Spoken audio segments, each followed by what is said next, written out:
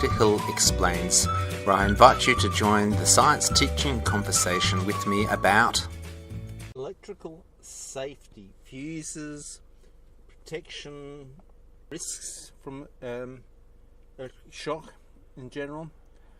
So we start off with the emergence of electricity. Well, before we knew electricity was to do with electrons, people thought electricity, well, that's the stuff that makes us our muscles contract, and so people thought, well, if it's doing something for our muscles, it must be something to do, some sort of muscle contractant.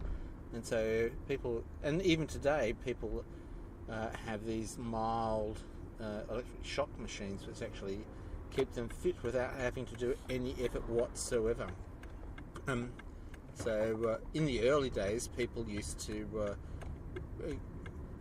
the real wonder was that you could actually touch electricity and actually feel the shock. It was a thing that Victorian ladies and people used to go around and have the machine, and it would be a real blast. Now, given that no one had any preparation, had no preconception of what was going to be, it was really exciting. Now, indeed, the original Ohm's law was measured by electric shock. So Cavendish, a scientist, which we'll go into, he's in Cambridge, Cavendish Laboratories, a very famous, meticulous person, really not something to talk about too much socially, like he wouldn't stand being in the room with other people, wouldn't look at them in the eyes, but his butler used to record the levels of his screams for different voltages across, so he got basically the first ohmic law, or the effect that the greater the voltage, the greater the shouting. And so that was none. As so going into it, there's a story that electricity sort of preceded. It was very much in the consciousness to do with life, and you have the Frankenstein movies of the animation and people being reanimated by it there.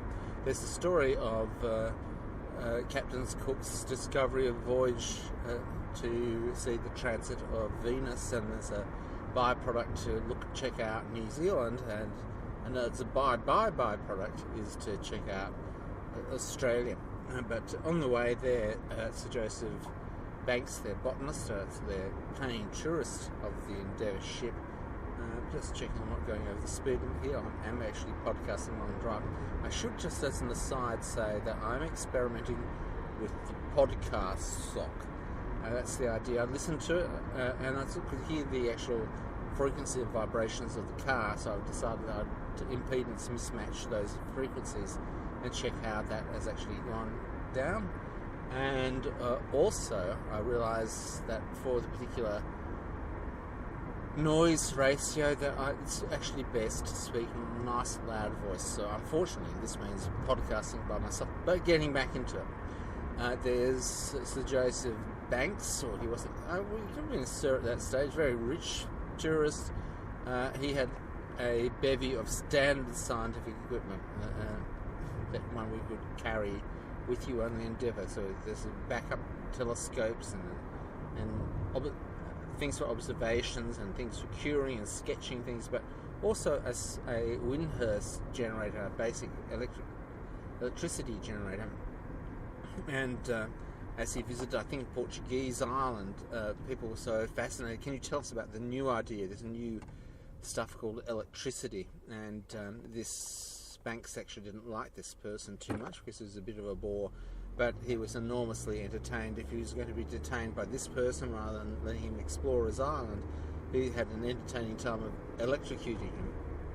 And now electrocution now is seen, and it is true, is seen as a very dangerous thing. We have actually built a society in which electrocution, or the problems from electricity, are managed, and it now has a horrible thing of people in electric chairs being died.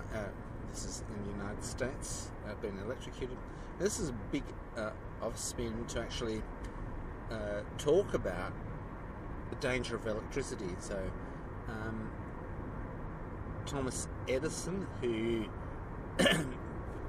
was really, I suppose, not a scientist as very few people call him an inventor, but they don't call him a scientist because he tended to back one particular idea or a certain way of doing things, tended to actually go against.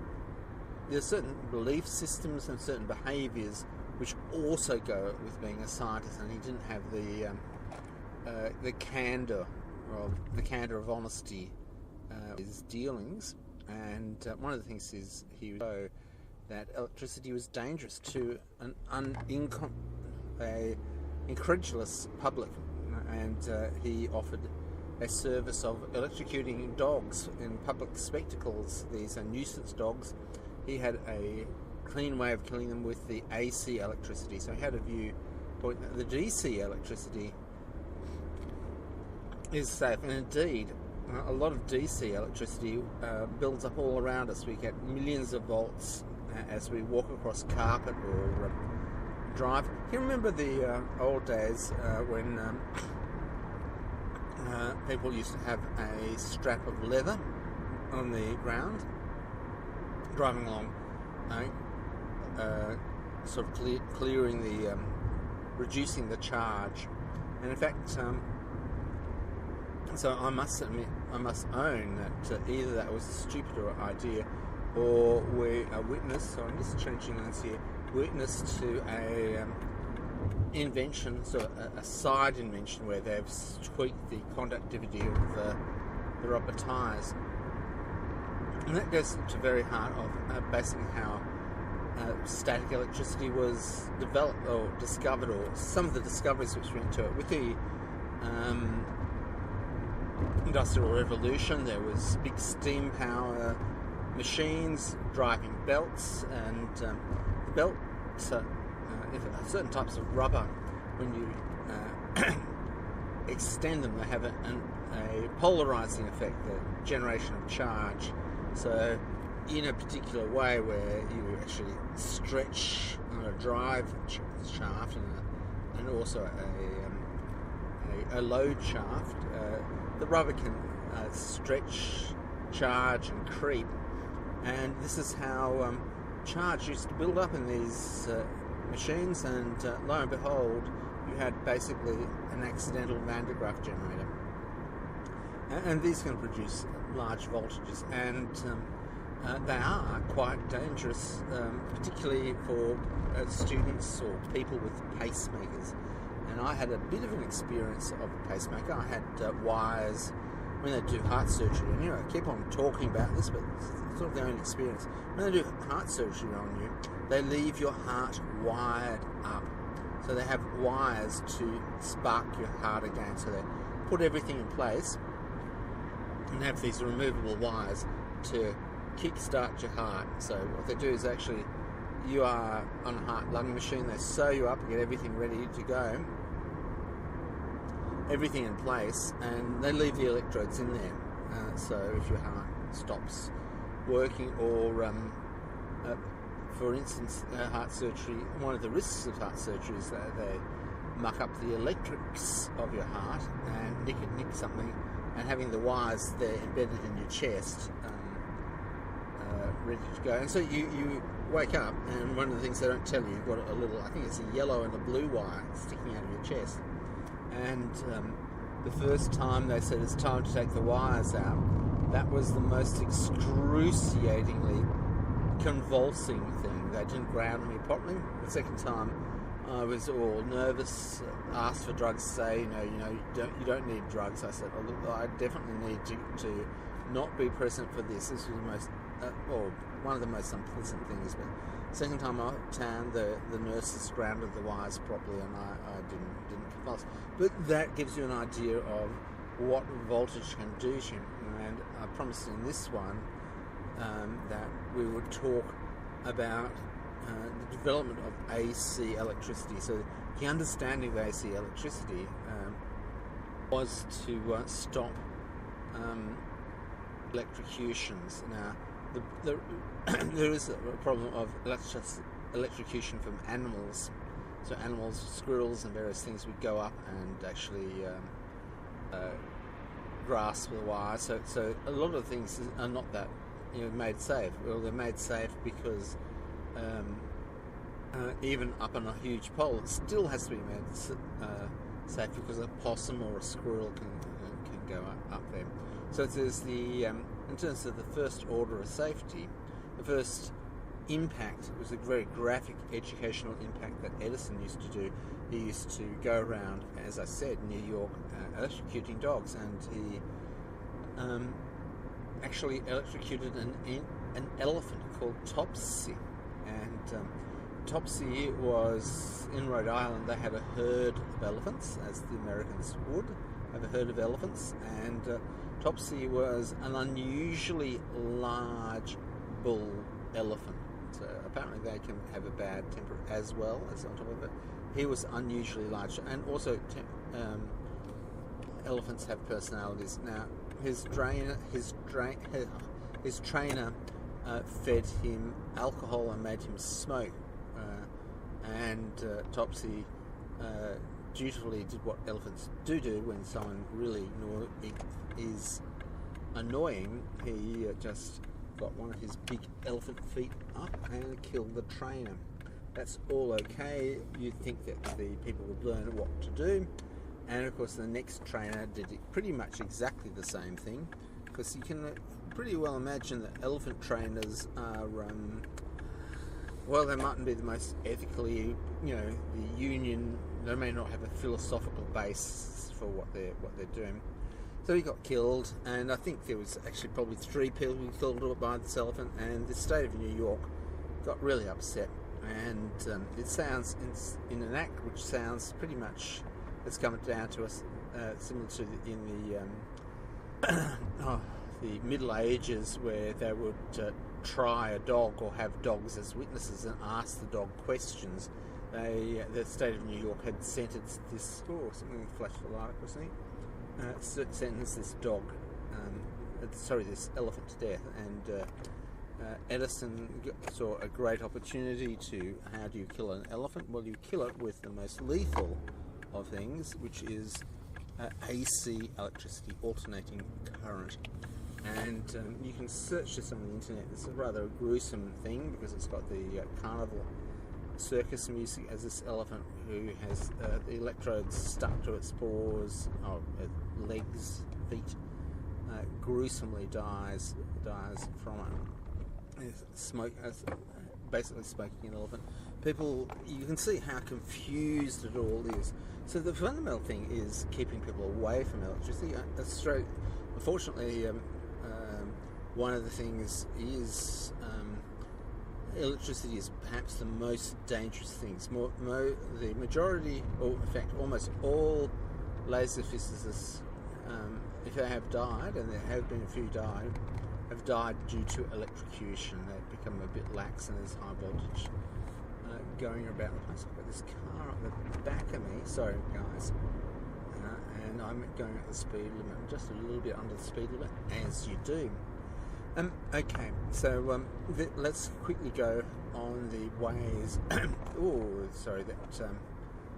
we do. There's education, there's standards, there's insulation, there's keeping people away, there's plug systems that don't plug in, there's switching off, there's all various things, not watching out for a bath, and various forms of making sure that you're not part of the circuit. This is basically keeping the wires away from you and you away from a situation that there's a ground and yourself. And of course, the earth is a very good conductive area. It's conductive in 2 sorts of ways. One is it can absorb a lot of electricity. It's a good, beautiful, big capacitance. It's also a very good conductor of electricity. So there's all these things. Now, should you happen to touch something or short something, the current will go through there, and there's a current limiting thing called a fuse. Now, the fuse is something where the resistance goes up with temperature, and as the temperature as it's got a resistance, the power going through it causes it to heat, and you have a runaway situation that at a particular current going through a mechanical fuse.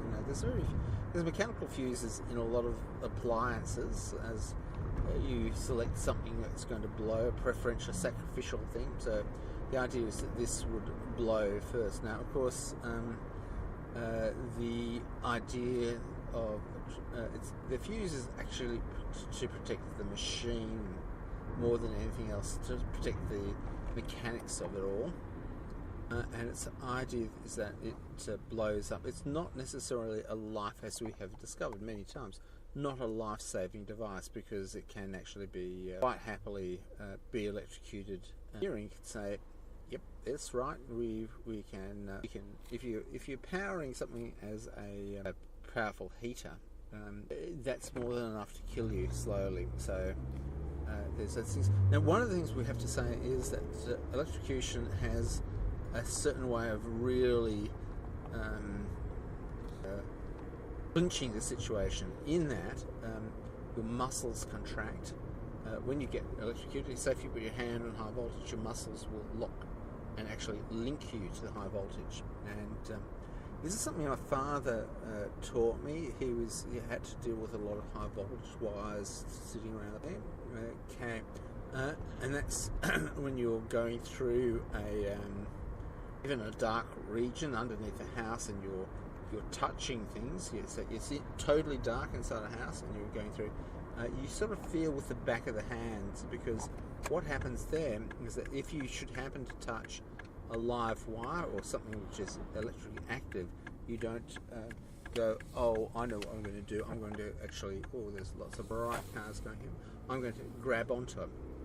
And this is going to be a halfway podcast, so I won't be able to complete it all. So there's other things. There's behavioural things in terms of if you're in a danger situation, a dark situation, you're feeling strange. You don't feel with the front of your hand, you feel the back of the hand. So at high voltage, you close it. So it's behaviour, spacing, education, fuses, but they're not very good. And then so I was just contemplating that, because whether the fuse in our microwave is going to go or something like that. I'm just thinking through all of that. So they've got all those things, and now finally we've got computers. Now people just really their mind around the fact that the electricity out of a humble wall socket is computer driven. That is, it provides, I think you Yanks have 110, we've got 240 volts. We get a voltage through our here. Just make sure that they can really. This is late evening, I'm picking up my. Oh, there's a car. It's okay, particularly if a car's coming towards you with the headlights, you can see any roos. Hear them? It's when it's totally dark. And you see the little eyes come out, but there's not a sign of them around here, so I think we're safe. Generally, almost everyone reports it's very rare that you just drive and just hit a roo. There's lots of them. Car coming up the back of me, so I'm going off-road to it. Oops. Okay. So the last thing, I don't want to be giving a safety talk, actually be killed, and I'll be a minute or so late. Okay. So you've got fuses. Fuses are not very good, and fuses are a wire, a sacrificial wire, which are designed not to be tolerant of high voltage, and it happens the wire breaks and the circuit breaks. Then you have computers. Now, as I was saying, is that what happens if you get something which puts some energy in, and then you say, I know what I'll do is I will plug another thing in, and the neighbours come around, I don't know, suddenly it's going to be cold on the news, everyone says, it's going to be hot the next day, everyone switches on their air conditioners to get going, huge load. Now, what happens? Well, it's not that the power station's producing heaps of bank electricity, it's not a big bucket of electricity to keep on using. What happens is that the voltage drops a bit. You plug something in, the voltage drops a little bit. The computers go all up to the substation, all the way up to the big coal fire station, or whatever it is, your nuclear fire station, and actually put a bit more on and adjust that way. There's a little bit spread out, but there's computers everywhere. So what we do nowadays is, and this is Buck Rogers type of stuff, we have for every little circuit, we've got a little computer which will act as a circuit breaker. It's a non-return loop. So what it's doing is that it's not trying to actually say, is there, oh God, is there 30 amps going through a 10 amp thing for so many milliseconds? I'll close off then. I've killed the person, but I have at least saved the toaster. This one's a lot more careful. It's designed of, okay, I give you the machine this, and I get back from the machine that. And so it's the least change. It's seeing if the machine is embezzling any electricity, taking electricity on the side. Oh, yes, here it is. No, it's a long way in through here. It's a bit late. Oh, they won't care. I can't believe it's taking so long. It's taking much more time in that dark to drive up here. There is a computer which is measuring the electricity going to and the electricity coming back up the wire, and the machine, if it's doing its thing properly, is not losing any electricity, and if it's losing even a milliamp, it switches off. And so you now have toasters which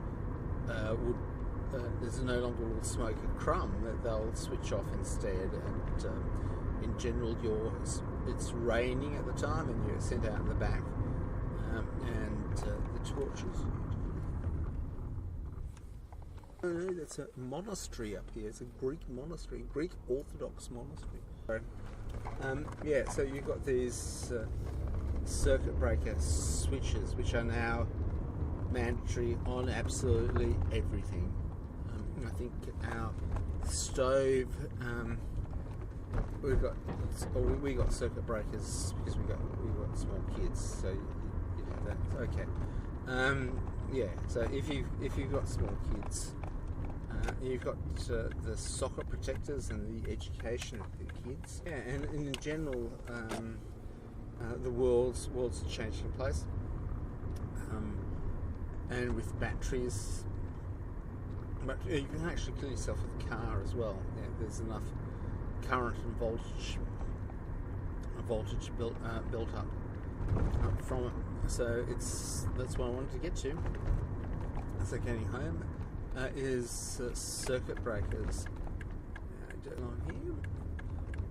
Okay, that's my thing off the top of my head while driving a podcast in a sock.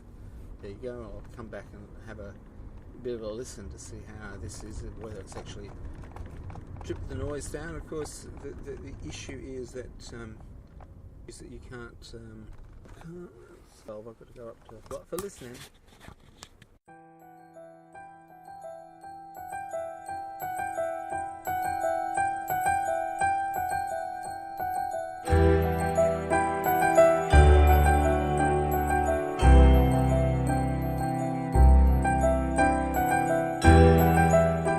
Another podcast, another story comes to a close. It's been a pleasure sharing this moment in time with you. May you discover truly amazing things, understand them, and tell others. Thanks for listening.